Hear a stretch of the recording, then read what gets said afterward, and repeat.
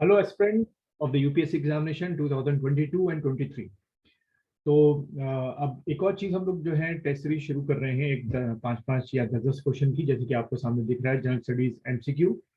और इन क्वेश्चंस को इस ढंग से मैंने डिजाइन किया है कि आने वाले आपके 2022 में या 2023 में अगर आप किसके एग्जाम के लिए अपेयर होने जा रहे हैं, आईएएस प्रीलिम्स के लिए या आईएफएस प्रीलिम्स के लिए या असिस्टेंट कमांडेंट सीपीएफ जो अभी जिसका फॉर्म आ रखा है, या जो सेकंड सीडीएस आपका होगा उसके लिए, तो इस टेस्ट सीरीज को मैंने उसी तरीके से डिजाइन किया है, उसी तरीके के इसमें मैंने क्वेश्चन जो है पुटअप किए हैं और मैक्सिमम क्वेश्चन जो है मैंने वो लिए हैं न्यूज़पेपर से। चलिए शुरुआत करते हैं और देखते हैं आप लोग इस एमसीक्यू में कितने क्वेश्चन जो है वो सही कर पाते हैं। चलिए मैं आपको पहला क्वेश्चन दिखा रहा हूँ।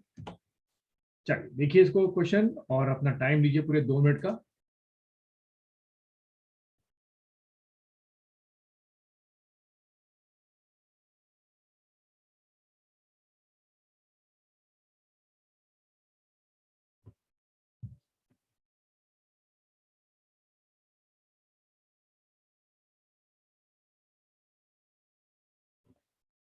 अगर आप इस क्वेश्चन को देखें तो इस क्वेश्चन में क्वाड के बारे में पूछा गया है, क्वाड ग्रुप के बारे में। ठीक है, और आपके यूपीएससी के सिविल सर्विसेज में या असिस्टेंट कमांडेंट या सीडीएस में इतने ही आपके बहुत सारे स्टेटमेंट आते हैं, जैसे इसमें टोटल जो है 5 स्टेटमेंट दिए गए हैं और इन 5 स्टेटमेंट को आपको बताना है कि with the following statement are true about the Quad. तो एक एक करके स्टेटमेंट को पढ़िए, ठीक है, और डिसाइड कीजिए कौन सा सही हो सकता है और उसके अकॉर्डिंग जो नीचे मैंने आंसर बना रखे हैं वो आंसर आप लोग डिसाइड करिए।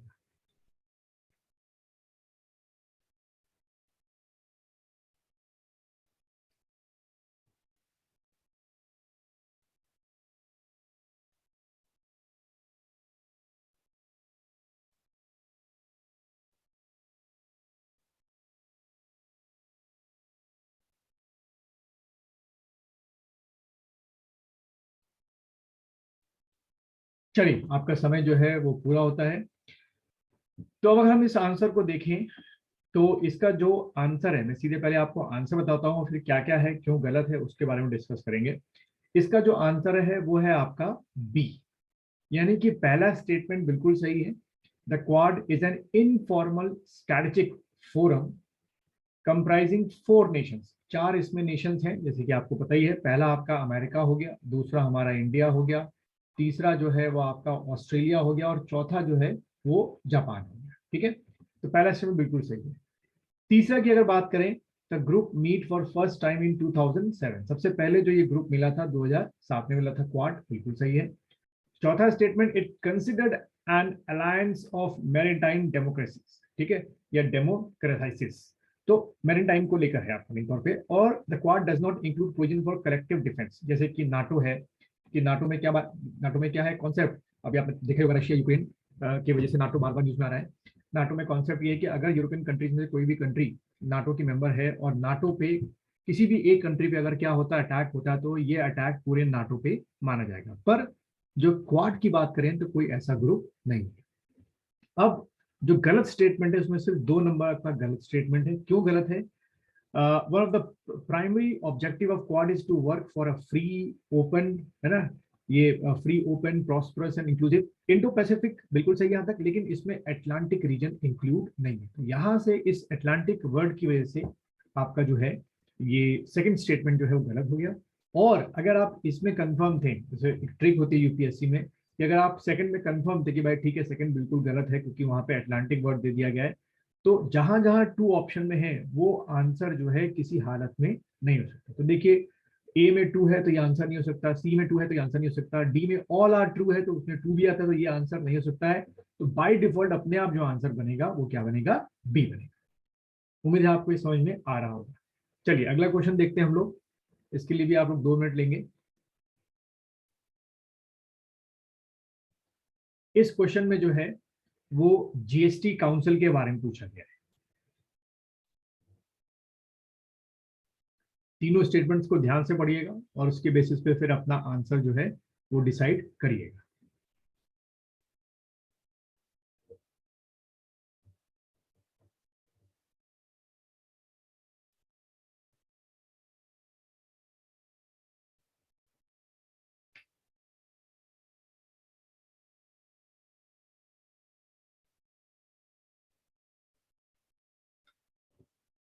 चलिए, आपका समय खत्म होता है। उम्मीद है आप लोगों ने आंसर डिसाइड कर लिया होगा।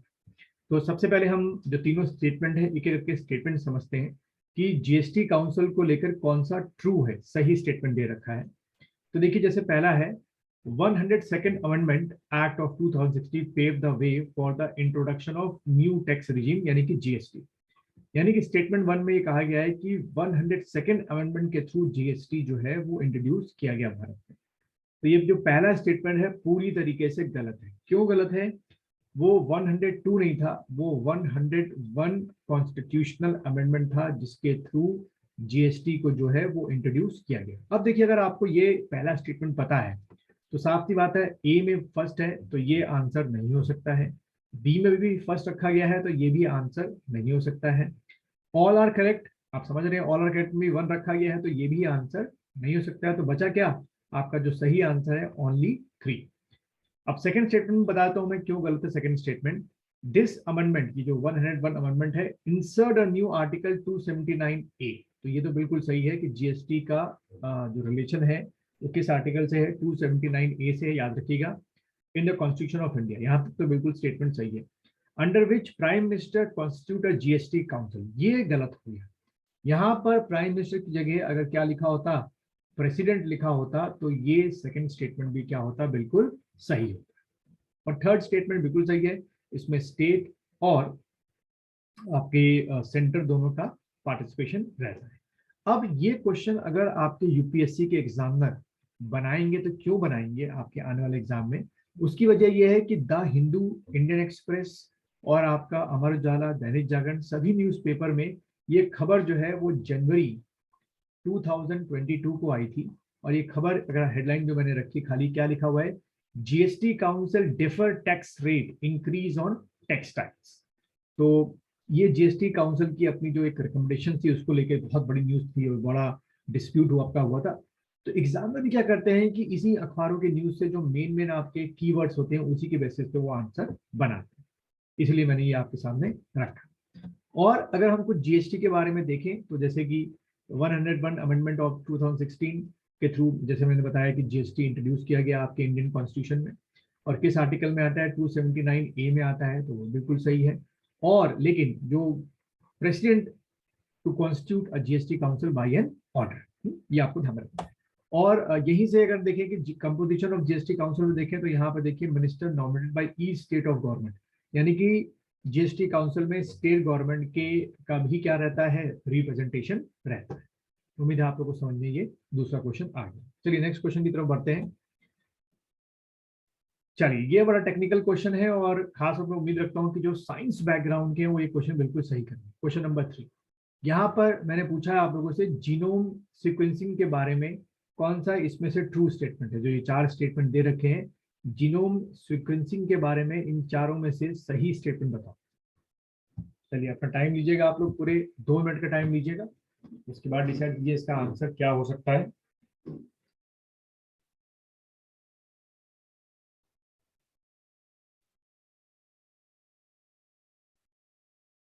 क्योंकि देखो, आपको ध्यान रखना है, आपके यूनियन पब्लिक सर्विस कमीशन में, यूपीएससी में इसी लेवल के क्वेश्चंस आते हैं, ना कि पीसीएस में। तो आप में से जो अभी जून में बैठने जा रहे हैं प्रीलिम्स में, या फिर उसके बाद अगस्त में असिस्टेंट कमांडेंट में बैठने जा रहे हैं, या उसके बाद फिर सीडीएस के एग्जाम में बैठने जा रहे हैं, उनके लिए ये सीरीज बहुत इंपॉर्टेंट है।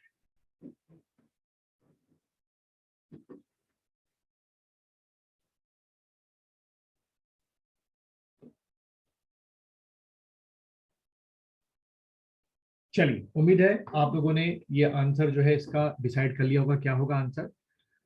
तो देखो, सबसे पहले एक एक करके डिस्कस करते हैं स्टेटमेंट जो दे रखे हैं कौन से सही हैं कौन से गलत हैं। अगर हम पहला स्टेटमेंट दें तो उसमें अगर आप देखें तो क्या लिखा हुआ है? Genome sequencing is figuring out the order of DNA nucleoside.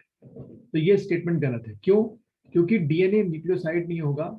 आप में से जो बायो बैकग्राउंड के उनको पता होगा, न्यूक्लियोटाइड होता है, ना कि न्यूक्लियोसाइड होता है। इसकी एक्सप्लेनेशन मैंने यहाँ पे आपके लिए बना रखी है कि जो आपके ये डीएनए डीएनए जो बने होते हैं वो बेसिकली किसके बने होते हैं? देखिए, orders of the what? Nucleotides होते हैं, ना कि न्यूक्लियोसाइड्स होते हैं। ठीक है, न्यूक्लियोटाइड्स उसके अंदर होंगे, आपके साइट्स के अंदर, टाइड्स के अंदर सॉरी। न्यूक्लियोटाइड उसके बाद न्यूक्लियोसाइड्स। तो पहला स्टेटमेंट क्या हो गया आपका, गलत हो, ठीक है। दूसरा अगर आप स्टेटमेंट देखें तो दूसरा स्टेटमेंट भी क्या है आपका, प्योरली गलत है। वजह गलत की क्या है, the order of adenine cytosine guanine uracil guanine uracil that make up an organisms DNA. अब आपको, अगर आपने पढ़ा होगा जहां पर भी, आपको पता होना चाहिए कि डीएनए जो है, हर एक डीएनए जो है वो 4 नाइट्रोजन बेस से बना होता है।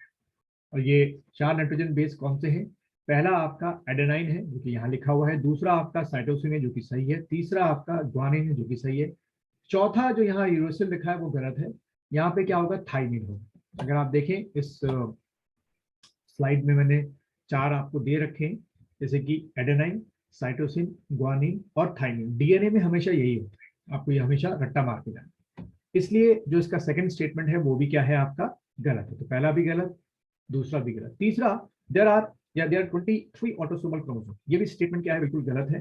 क्योंकि हम ह्यूमन बींग्स में, ध्यान रखना, 22, ये रट्टा मार लो आप लोग, ऑटोसोम होते हैं, 22 ऑटोसोम होते हैं, प्लस आपका जो 23rd पेयर होता है, अगर मेल की बात करें तो मेल में क्या होता है, XY क्रोमोसोम्स होते हैं, और अगर फीमेल की बात करें तो फीमेल में XX क्रोमोसोम होते हैं। यानी कि जो 23rd आपका पेयर होता है उनको हम लोग सेक्स क्रोमोसोम्स भी कहते हैं, क्योंकि ये डिसाइड करते हैं कि पर्टिकुलर पर्सन मेल होगा कि फीमेल होगा। जबकि यहाँ पर जो मैंने लिखा है वो 23 ऑटोसोम लिखा है, तो इस वजह से ये स्टेटमेंट भी क्या हो गया, गलत हो गया। तो ये भी गलत, ये भी गलत। चौथे की अगर हम बात करें, human genome project initiated in 2020, गलत, ये शुरू हुआ था 1990। तो इसका जो आंसर बनेगा वो क्या बनेगा, डी, ऑल आर रॉन्ग। चलिए, उम्मीद है आप लोगों ने किया होगा। और ये इसका कुछ आने की वजह क्या रही, क्योंकि जब से हमारा कोविड आया है पूरी दुनिया में, 2020 से इसकी जो ऑफिशियली शुरुआत हुई, उसमें जब भी इसके नए वेरिएंट्स आते हैं तो हम लोग क्या करते हैं, इन वायरसेस की जीनोम सीक्वेंसिंग करते हैं, जिससे ये पता चले कि ये वायरस में कितना मॉडिफिकेशन होगा। इसलिए ये वर्ड जीनोम जो सीक्वेंसिंग है वो बार बार आपका न्यूज में आ रहा था, और इसलिए एग्जामिनर जो है यहाँ से क्वेश्चन पूछ सकते हैं। और इसका कुछ एक्सप्लेनेशन मैंने यहाँ पे दे रखा है, आप वीडियो पॉज करके उसको पढ़ सकते हैं। जीनोम सीक्वेंसिंग क्या होती है, सब कुछ यहाँ पे दे रखा है। चलिए, चौथा क्वेश्चन आप लोग के लिए सामने रखा हुआ है। फिर से आप लोग जो है 2 मिनट लेंगे, और ये क्वेश्चन पूछा गया about the core sector industries of India, कि कौन सा statement in core sector industries के लिए सही। 2 मिनट लेंगे आप लोग।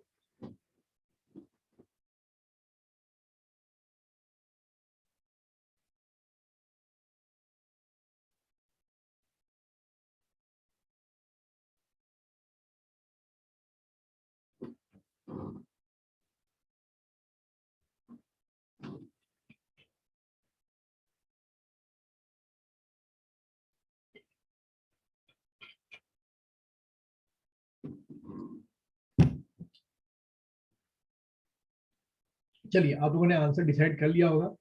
इसका जो आंसर है वो है आपका सी, दोनों ही स्टेटमेंट करेक्ट है। In India there are 8 core sectors, ये आपको ध्यान रखना है। और ये 8 कोर सेक्टर कौन कौन से हैं, तो electricity, steel, refinery, crude oil, coal, cement, natural gas और आपका फर्टाइजर। जब ये कोर 8 सेक्टर अच्छा परफॉर्म करते हैं तभी कहते हैं कि हमारी इकोनॉमी जो है वो बूम अप कर रही है। अब क्वेश्चन ये रहा कि ये क्वेश्चन क्यों दिया गया है, क्योंकि लगातार जो हर 6 महीने है उसमें कोर इंडस्ट्रीज जो है उनके 8 के परफॉर्मेंस इंडेक्स में आते हैं। चलिए, अगला क्वेश्चन आपके सामने है। This question is about competition commission of India. इसमें से कौन सा स्टेटमेंट जो है उसमें कंपटीशन कमीशन ऑफ इंडिया के बारे में ट्रू है।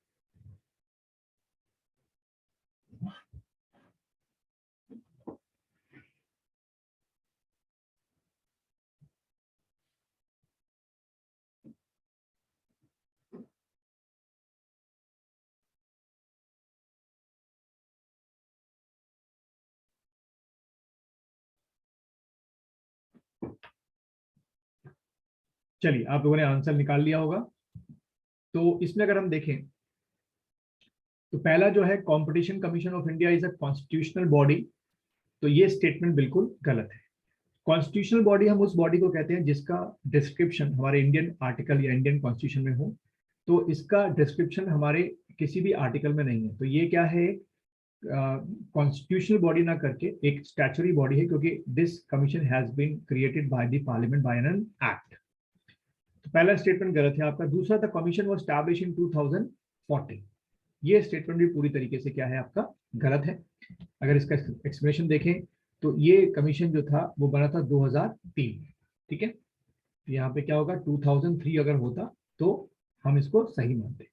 तीसरा जो आपका स्टेटमेंट है, the objective of commission is to protect the human rights of factory workers, ये भी पूरी तरीके से गलत है। यानी कि इसका जो आंसर है वो क्या होगा, डी होगा।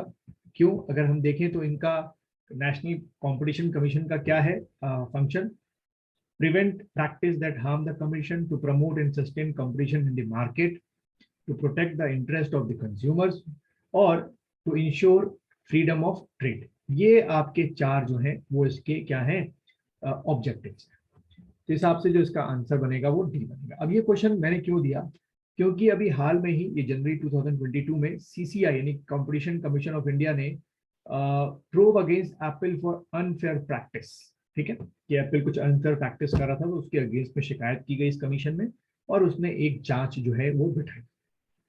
तो उम्मीद है कि आपको ये 5 जो टॉप के क्वेश्चन मैंने छाटे अखबार से, और ये सब मैंने बनवाए हैं जनवरी 2022 में द हिंदू से लेकर, इंडियन एक्सप्रेस से लेकर, दैनिक जागरण से लेकर, अमर उजाला से लेकर, जो भी न्यूज में रहा उससे रिलेटेड क्वेश्चन है, और यही क्वेश्चन जो है आपके अपकमिंग यूपीएससी के एग्जाम में आते हैं।